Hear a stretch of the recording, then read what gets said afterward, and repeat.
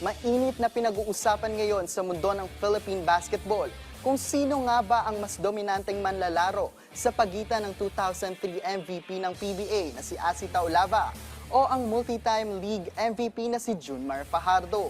The Rock o The Kraken? Para sa detalye, narito ang report ni Cristel Ann Cayetano ng ICCT Colleges.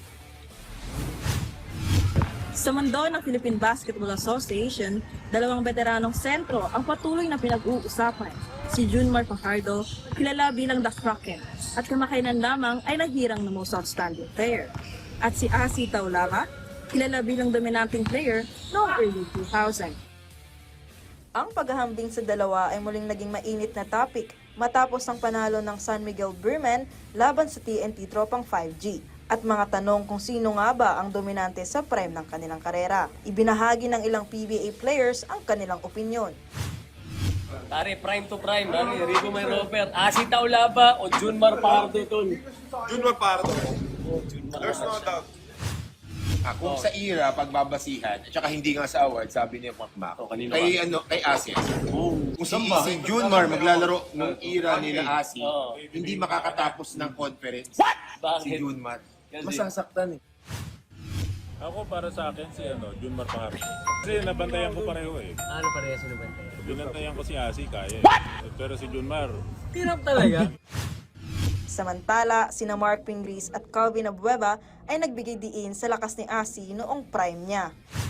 Ito prime talaga, mas malakas si Asi. Pero kung ngayon, mas mabilis. Malakas si Junmar. Hindi ko sinasabi mag-goat si Junmar ngayon ng PBA. Hindi pinag-uusapan siya. Hindi lang sa Pilipinas. Kahit sa mga NBA or...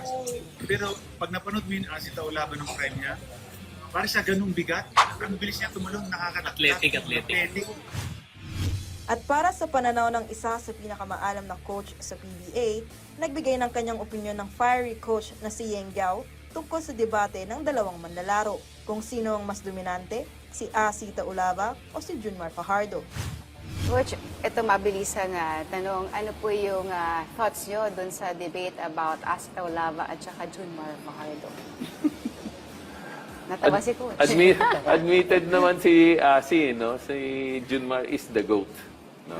At I don't think Asi is trying to compete with that. No? Asi has his own niche and place for his greatness. No? And Junmar, how do you argue against 9-time MVP yata siya. No? 10 times. 10 times na 10 yata. No? Tapos meron pang mga kasamang championships yun. So I think if you look at the record by itself, Junmar is the GOAT. Hindi maikakaila na parehong dominanteng center, mahusay na rebounders at natural na leader ang dalawang manlalaro. May estilo at legacy ang bawat isa, pero sa debate ng PBA players, Fajardo o Taulava, sino ang mas nangingibabaw? Cristel Ann Cayetano, ICCT Colleges, para sa Atletang Pilipino, para sa Bagong Pilipinas.